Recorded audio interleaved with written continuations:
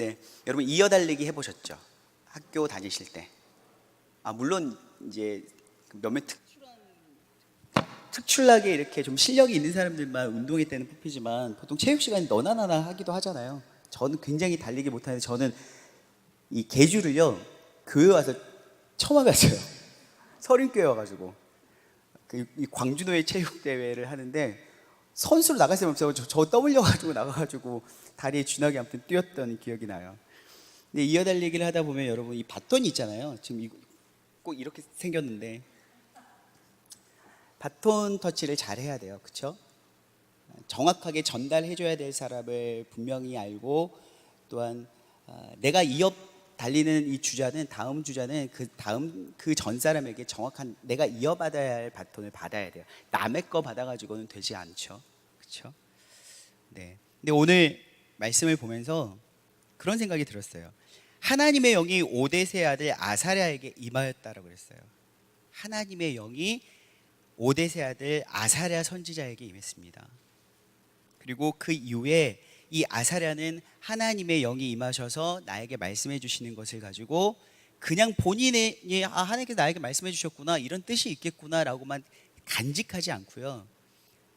바로 나아갑니다. 이 말씀을 정확하게 드려야 할 그 대상에게 나아가요. 그가 남유다 아사 왕과 이 남유다 백성들에게 나아가서 그 말을 가감없이 전달을 합니다. 그리고 이 아사랴는 아사 왕에게 전달하고 아사 왕은 이 말을 들은 이후에 자신의 삶의 자리로 나아가서 들었던 말씀을 행동으로 옮겨가는 것들을 우리가 볼 수 있습니다. 그러면서 저는 이런 생각이 들었어요.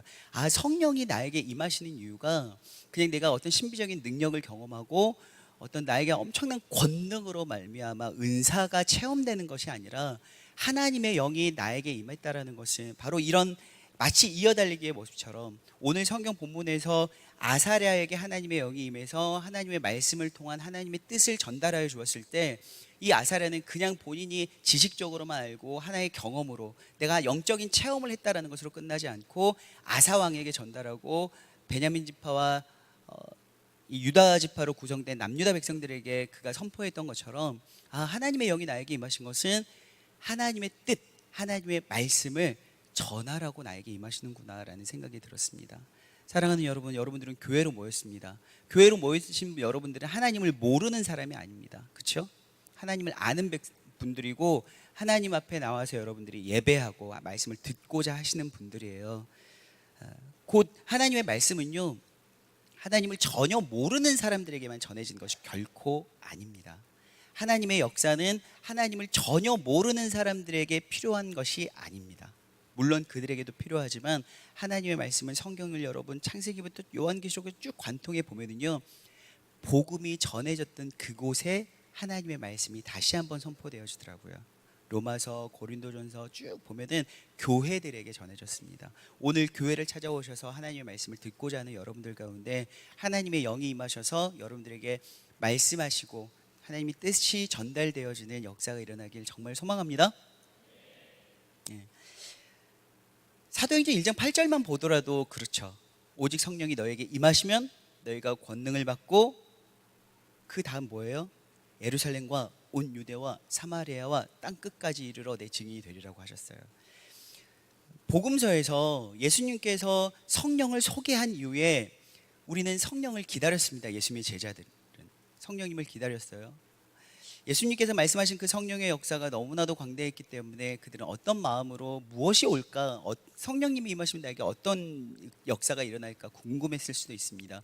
그런데 사도행전을 통해서 소개된 처음 성령의 역사는 무엇이었냐면요, 성령이 나에게 임하면 권능을 받고 그 이후에 수많은 은사와 다양한 치유의 역사나 어떤 예언의 역사들이 일어난 것이 아니라 성령이 나에게 임하시면 내가 그 권능을 받고 마치 오늘 아사랴에게, 구약에서 아사랴에게 임해서 아사에게 전해지고 또 남유다의 백성들에게 전해졌던 것처럼 성령이 임함으로 말미암아 권능을 입어서 했던 역사, 이어졌던 역사는 무엇이냐면 예루살렘에서 유다로, 사마리아로, 땅끝까지 이 바톤 터치가 계속적으로 이어졌다는 것입니다.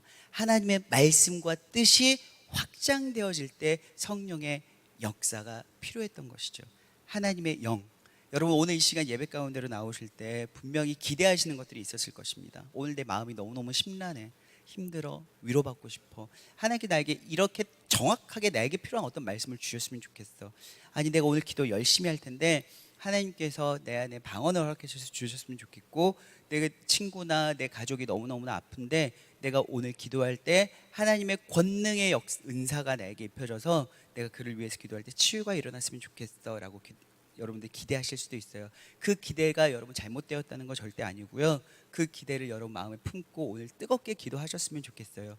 그러나 하나님의 영, 성령이 여러분들에게 임하시면 그 여러분들에게 허락하신 그 권능을 통해서 하나님의 말씀, 그 뜻이 전해질 줄로 믿습니다.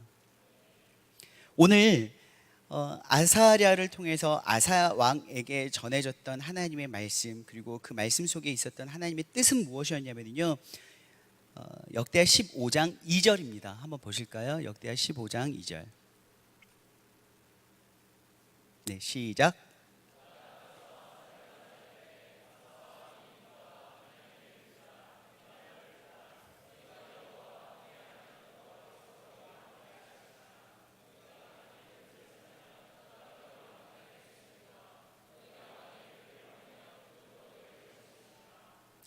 아멘.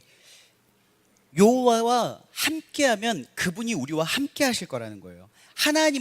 우리가 하나님과 함께하면 하나님이 우리와 함께 하실 것이고, 하나님을 찾으면 하나님이 우리를 만나 주실 거래요. 그리고 우리가 하나님을 버리면 하나님도 우리를 버리신다고 이야기를 하세요.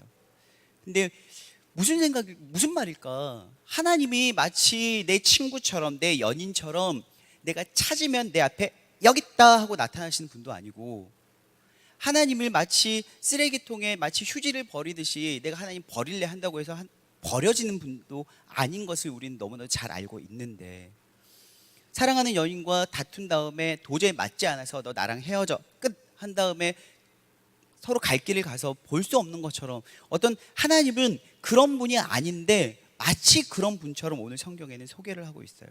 하나님이 계신다, 하나님이 우리와 함께 하신다. 그런데 하나님을 찾을 때 만나지는 것이고, 우리가 하나님을 버리면 하나님도 우리를 버린다라고 말씀하고 계세요. 근데 여러분 우린 잘 알고 있잖아요. 하나님은 어디에나 계신다라는 것. 그렇죠? 하나님은 여러분 오늘 이곳 가운데도 함께 계십니다. 이곳에 계심과 동시에 페루에도 계시고요, 또한 우주에도 계시고 저 달나라에도 하나님은 계십니다. 우리는 이것을 무엇이라고 하냐면 하나님의 편재성이라고 합니다. 하나님은 안 계신 곳이 없다라는 거예요. 우린 때로는 이렇게 비유해요. 하나님은 공기와 같아. 보여지지 않지만, 만져지지도 않지만 우리는 하나님을 느낄 수 있어 라고 이야기해요. 그런데 여러분 공기는요 물속에는 없고 우주에는 없어요. 그렇죠? 그런데 하나님은 그보다 비교할 수 없이 하나님은 크신 분이에요. 얼마나 크신 분이냐면 우주 만물을 창조하신 그분은 이 광대한 우주보다 크신 분이세요. 곧 하나님은요 시간과 공간을 창조하신 분이기 때문에 하나님은 시간과 공간의 영역을 뛰어넘어 존재하시는 아주 커다란 분이시라는 거예요. 그래서 우리가 하나님을 버린다고 해서 사실 버려지는 분도 아니고, 하나님을 우리가 부인한다고 해서 하나님이 부인되어지는 존재가 아니라는 거죠. 하나님은 우리의 의지와 상관없이 계시고 싶은 곳에 언제나 계실 수가 있는 분이세요. 그런데 오늘 아사랴는 이렇게 이야기하고 있습니다. 분명히 아사 왕도 하나님을 알고 있는 사람이었고, 여러분 우리가 큐티를 통해서도 알고 있지만 하나님을 예배하던 사람이었습니다. 그럼에도 불구하고 하나님께서 아사랴 선지자에게 말씀하셔서 아사 왕에게 전달된 것은 무엇이냐면 하나님을 찾으라라는 것이었습니다. 하나님을 찾으라, 하나님을 찾으라라고 하셨는데, 하나님을 찾으라는 것은 무엇이냐면 하나님 어디 계세요? 하나님 어디 계세요? 라고 우리가 찾는 게 결코 아니라는 걸 잘 알아요. 우리는 만약에 제가 아동부 설교를 하고 있다, 유치부 설교를 하고 있다라고 하면 아마 이렇게 했을 것 같아요. 하나님 어디 계시지? 어디 계시지? 이랬을 것 같아요. 근데 저도 편치 않아요, 이런 거 하면서는. 근데 하나님은요 곧 내가 마음으로 하나님을 신경 써버리지 않으면, 하나님께 관심을 끊어버리면 하나님은 안 계시는 존재가 되더라고요. 곧 하나님은 어디나 존재하시는 분이지만 내가 마음으로 하나님께 관심을 갖지 않으면 하나님은 부재하신 분이 되신다는 거예요. 예전에요, 저희 간사님들과 신방용품을 사러 어딜 갔어요. 근데 한 샘지기님이 이제 그 장소에 이제 우연히 계셨나 봐요. 그래서 저희를 봤죠. 그래서 저희 간사님하고 제가 막 무슨 이야기를 하고 있는데 그 간사님 바로 뒤에서, 정말 여기에 계셨어요. 여기에서 저한테 막 이렇게 손을 들고 계셨어요. 손을. 근데 제가 못 봤어요, 그분을. 제 바로 여기 뒤에서, 아니 그 간사님, 제가 여기 있었다면 저는 간사님과 이렇게 이야기하고 있었고, 간사님 뒤편에서 그 샘지기님이 저한테 이렇게 손을 들고 계셨어요. 근데 제가 못 봤어요. 왜 그랬을까요? 그분이 안 계셔서? 제가 그분을 버렸기 때문에? 아니요, 신경 쓰지 않아서. 신경 쓰지 않으면요, 있어도 없는 존재가 되더라는 거예요. 여러분들 삶 가운데서도 그러지 않나요? 혹시 그런 경험 없으세요? 누군가에게 관심이 없으면, 그 사람에게 신경 쓰지 않고 그 사람의 관심을 끊어버리면 있어도 없는 존재가 된다는 거예요. 학교에서 중고등학교를 보면 여러분 왕따 문제 같은 게 있잖아요. 물론 그것이 학교에서의 문제만큼은 아니지만, 학교에서의 문제만은 아니지만 왕따가 있어요. 예전처럼 제가 학교 다닐 때는 한 반에 60명 막 이렇게 있었을 때였거든요. 근데 요즘은 알았어요. 요즘은 20-30명이더라고요, 한 반에. 근데 그럼에도 불구하고 왕따로 찍혀버린 친구는요, 학교에 있는지 없는지, 그가 왔는지 안 왔는지 결석했는지를 몰라버려요. 왜요? 같은 공간에 있지만 신경을 쓰지 않기 때문에, 관심을 갖지 않기 때문에. 여러분, 하나님을 찾으라 했던 것은요, 다른 말로 무엇이냐면 하나님께 신경 좀 써라는 거예요. 하나님은 우리가 마치 쓰레기통에 버리듯이 제가 하나님 버릴래요 라고 하거나, 마치 누군 연인 간의, 친구 간의 관계처럼 싸우고 난 다음에 나 너하고 관계 끊을, 나 너 버렸어 라고 해서 버리는 그런 존재가 결코 아니에요. 하나님은 어디에나 계세요. 어디에나 존재하세요. 그런데 우리가 하나님을 신경 쓰지 않으면, 하나님을 향한 관심이 없어버리면 하나님은 부재한 존재가 돼버린다는 거예요. 오늘 아사왕은 하나님을 알고 있던 존재였고 형식적으로 하나님을 예배하는 사람이었습니다. 그런데 그는 하나님께 신경 쓰지 않았어요. 하나님께 관심을 보이지 않았어요. 하나님께 관심이 없었어요. 곧 그랬기에 아사왕에게, 남유다에게 하나님은 하나님이 아닌 분이 되어버렸다는 거죠.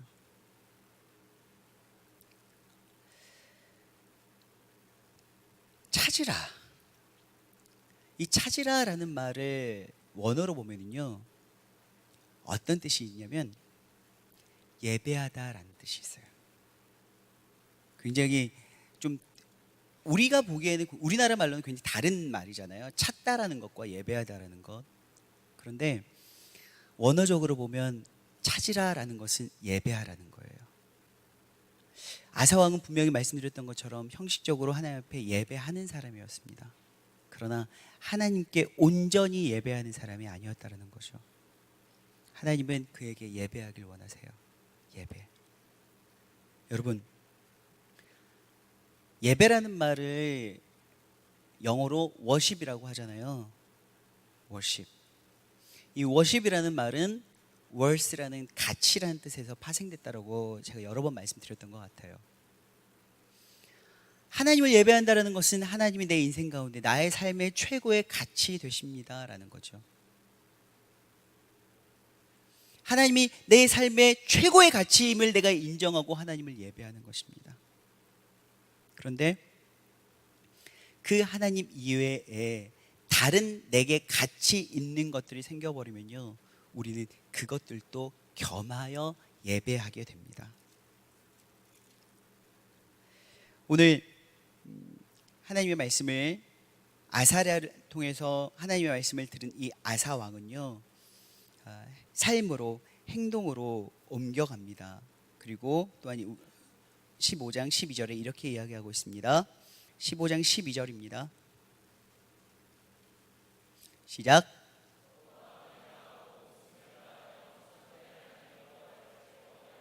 네, 마음을 다하고 목숨을 다하고, 성경에는요 이 표현이 굉장히 자주 나와요. 율법의 제일 가는 이 계명이 무엇입니까? 마음을 다하고 목숨을 다하고 뜻을 다해서 하나님을 사랑하라. 그렇죠? 마음을 다하고 목숨을 다하고 라는 표현이 자주 나옵니다. 그러면 다한다라는 것이 무엇일까? 마음을 다한다라는 것이 무엇일까? 여러분 오늘 예배로 나오셨어요. 예배로 나와서 예배할 때 분명히 여러분들이 여기서 보잖아요. 한 번씩 글쎄요, 기회가 되면 여러분들이 예배할 때 이렇게 올라오셔서 제가 있는 그 시간 그 위치에 한번 있어 보셨으면 좋겠어요. 말로 형언할 수 없이 아름다워요. 아마 모르긴 몰라도 하나님께서 세상을 창조하시고 그 세상이 심히 아름답다라고 하셨을 때 그런 느낌이시지 않았을까 싶어요. 하나님을 예배하는 여러분들 보면요 너무너무 아름다워요. 그런 눈망울로 막 열정적으로 예배하는 것을 보면요 정말 아름답거든요. 그런데 막 열심을 다해서 하나님을 예배하는 것, 그것이 마음을 다하는 것일까? 다하여라는 말은요, 또 원어를 보면 드리다라는 뜻이 있어요. 드리다. 뭐냐면 하나님께 내 마음을 다 드리는 거예요. 다. 다른데 줄 마음이 없는 거죠. 하나님께 내 마음을 전부 드리다 보니까 내 마음을 다른 데로 향할 일이 없어요. 제가 오늘 2부 예배 때, 아침 예배 때 설교를 했어요. 근데 아침 예배 오시는 분들은요, 물론 봉사자들, 이 이후에 주일날 봉사하시는 분들이 있고, 그래서 2부 예배를 일찍 드리시는 분들도 있지만, 어떤 분들은 예배 일찍 드리고 주일날 다른 것들을 막 이렇게 하시려고 하시는 분들도 계세요. 그러면서 예배 드리는 그 순간만이라도 하나님께 나의 마음을 다 드려서 아무것도 신경 쓰지 않으면 좋겠지만, 여러 가지가 신경 쓰이죠. 오늘 예배 드리고 나면 말씀을 듣는 가운데서도, 예배를 드리는 가운데서도 우리의 마음은 사분오열돼요.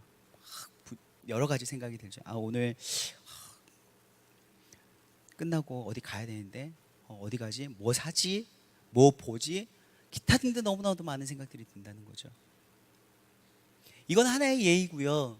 여러분, 여러분들의 마음이 하나님께 다 드리고 있나요? 그래서 다른 것들은 줄 마음이 없는 상태이십니까? 아사왕은 하나님께 일부의 마음은 드리고 있었습니다. 하나님께 일부의 마음을 드려서 예배를 하고 있었어요. 그런데 그것으로는 부족했던 것 같아요. 하나님께서 아사랴 선지자를 통해서 아사왕에게 이야기했던 것은 무엇이냐면, 너가 나를 예배해라, 찾으라, 예배해. 그런데 어떻게? 마음을 다 드려서, 다른 데로 줄 마음이 없이 온 마음을 나에게 다 주어서 예배하라는 거예요. 제가 2부 예배를 준비하면서 그러니까 오늘의 예배와 이 말씀을 준비하면서 그냥 늘 큐티를 하면서 말씀을 준비했던 거기 때문에 별 걱정 없이, 염려 없이 말씀을 준비했어요. 그런데 2부 예배를 딱 드리는데 그냥 마음이 너무너무 그냥 어떤 불편한 마음이 있더라고요. 왜냐하면 뭐랄까요, 제 마음이 하나님께 다 드리고 싶은데 다른 것도 아니고 어떤 염려, 근심, 스트레스에 내 마음을 주고 있더라고요. 그래서 그 상태로 내가 내 마음을 하나님께 온전히 다 드리고 있지 못하고 염려와 근심과 어떤 스트레스의 마음을 빼앗겨 있는 상태에서 하나님의 이 말씀을 더군다나 이 말씀을 전한다는 것이 너무나도 부끄럽고 마음이 불편해서 아침 예배 때 그냥 이유 없는 눈물이 막 나더라고요. 사랑하는 여러분, 여러분들의 마음 가운데 혹시 내가 다른 어떤 우상을 향하거나 아니면 어떤 세속적 욕망으로 무언가를 향하고 있어서가 아니라 여전히 여러분들의 마음을 빼앗고 있는, 하나님께 다 드려야 할 마음의 그 지분 중에서 누군가에게, 아니 어떤 염려와 근심과 어떤 번민으로 인해서 거기에 마음을 빼앗긴 사람들이 있습니까? 그렇다면 여러분, 그 마음까지도 하나님께 다 드릴 수 있었으면 좋겠습니다. 하나님께서는요, 여러분들의 온 마음을 원하세요. 하나님께 우리의 마음을 다 드리길 원하세요. 왜요? 하나님은 그렇게 우리에게 요구하실 만한 충분한 자격이 있으신 분이거든요. 하나님은요, 그분의 모든 마음을 우리에게 주셨어요. 예수 그리스도. 예수 그리스도의 그 십자가의 죽음은 하나님의 우리를 향한 온 마음이세요. 내가 너 이만큼 사랑해. 난 다른 것 다 필요 없고 다른 것에 마음을 줄 여력도 없어. 왜? 너에게 마음을 다 주었으니까. 그리고 하나님은 우리에게 또 요구하세요. 나도 너의 마음을 원해. 나도 너의 마음을 원해. 우리는요, 누군가의 마음이 날 향하고 있는지 아닌지 잘 알아요. 대화를 하고 있을 때 눈은 나를 보고 있지만 이 사람이 딴 생각하고 있는지 우린 금방 알지 않나요? 딴 생각하지 마, 나 좀 봐, 나 좀. 눈은 보고 있는데 내 마음이 다른 데를 향하고 있어요. 그러면 우리는 짜증나요. 그런데 하나님께 그러고 있어요. 하나님은 온 마음을 다해서 나에게 예수 그리스도를 통해서 자신의 심장을 보여주셨단 말이에요. 이게 내 마음이야. 이게 내 심장이야. 그런데 우리의 마음이 너무 나누어져 있어요. 다 드리지 못해서 다른데 여기 조금, 여기 3분의 1, 여기 3분의 1, 여기 3분의 1로 나누어져 있어요. 여러분, 예배는 하나님을 내 삶의 최고의 가치, 나의 최고의 가치입니다라고 인정하며 나아가는 것이 예배라고 했습니다. 사랑하는 여러분, 가치 있는 것에는요, 무엇이 뒤따르느냐면 투자가 뒤따라요.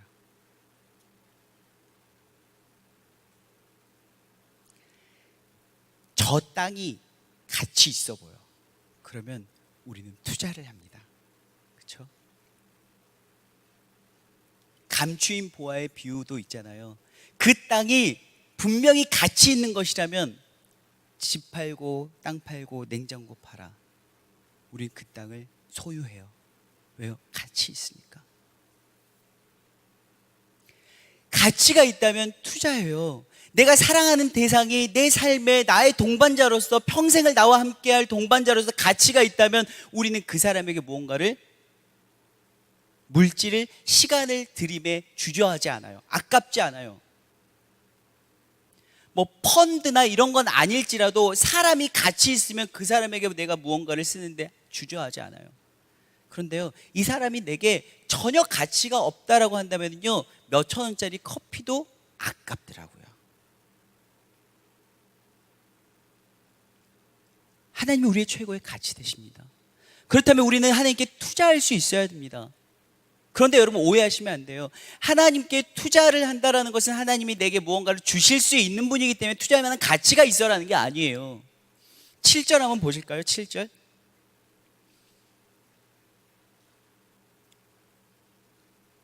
시작.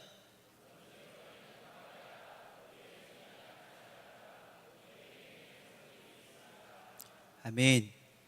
하나님께 나의 최고의 가치 되시는 하나님께 내 마음에 다른 데 줄 여력 없이 내 모든 마음을 다 하나님께 드리면 하나님께서는 우리에게 상급을 허락하신다고 말씀하셨어요.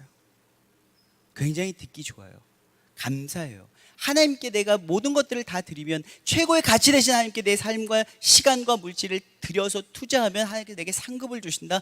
아싸, 이윤이 있네. 역시 투자했더니 떨어지는 무언가가 있네라고 생각할 수 있어요. 그러나 여러분,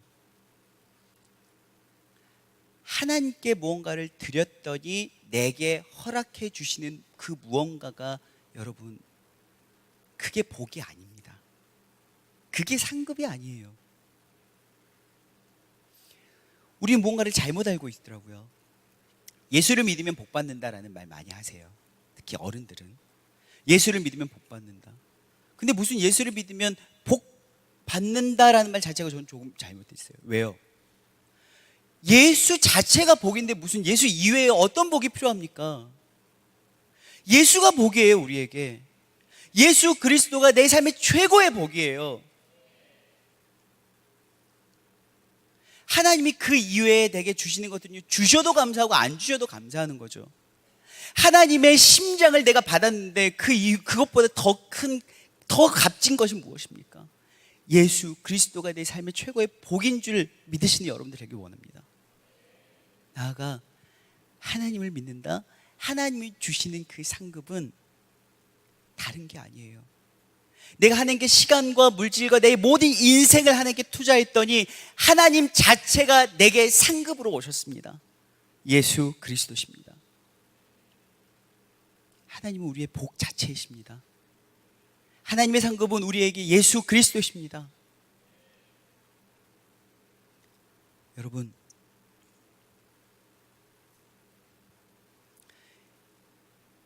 여러분들의 마음이 하나님께 온전히 드려지길 원합니다.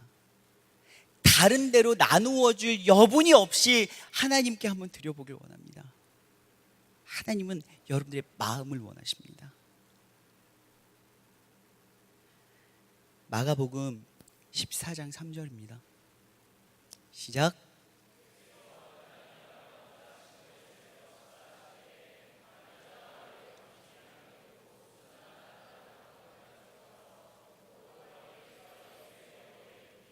아멘.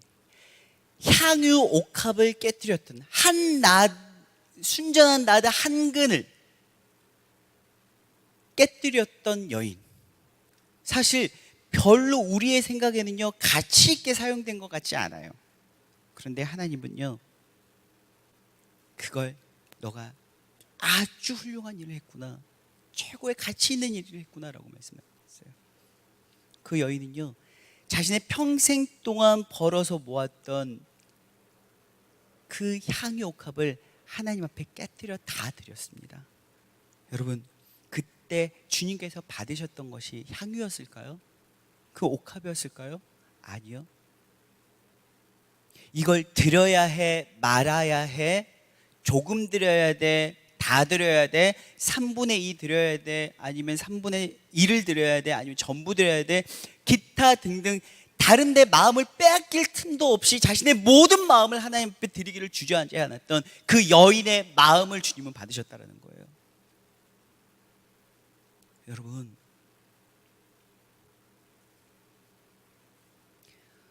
주님은 하나님은 우리에게 다 주셨어요. 주님도 여러분들의 마음을 원하세요. 주님께서 여러분들에게 원하세요. 나 좀 찾아라. 나 좀 찾아. 바꿔 말하면 나 신경 좀 써줘. 여러분, 사랑하는 사람이 나에게 신경 써주지 않을 때 굉장히 서운하고 아쉽잖아요. 그렇죠? 무언가에게 마음을 빼앗겨서 거기에 집중하고 있고 나는 괜히 뭔가 초라해진 것 같아요. 근데 오늘 주님께서 그렇게 말씀하고 계세요. 천지 모든 만물을 지으시고 나에게 자신의 심장 예수 그리스도까지 주신 그분께서 나에게 오늘 말씀하세요. 나에게 신경 좀 써줘. 나에게 관심 좀 가져줘. 곧 나를 예배해라. 어떻게? 너의 마음 다른 데로 향하지 않고 그 마음 다 들여서 나에게 예배해라. 사랑하는 여러분, 오늘 이 시간 우리가 함께 찬양하며 예배할 때 혹 여러분들의 마음이 어떤 근심과 염려와 세상의 누군가의 말로 인해서 마음이 불편하신다면 여러분 거기에 줄 마음까지 거두어 들여서 하나님께 드릴 수 있었으면 좋겠습니다. 우린 생각보다 마음속에서 전쟁을 많이 해요. 누군가의 말 때문에 아니면 누군가의 나를 향한 질책, 기타 등등 여러 가지로 인해서 마음이 너무너무 복잡해요. 그런데 알고 보면 우리가 거기에 마음을 빼앗긴 거더라고요. 주님이 우리에게 자신의 전부를 주셨음을 믿으시죠? 아멘. 하나님이 하나님의 심장을 우리에게 허락하신 것을 신뢰하시죠? 아멘. 그렇다면 오늘 우리가 결단했으면 좋겠어요. 하나님께 관심 갖겠습니다. 하나님께 나도 내 전부를 드리겠습니다.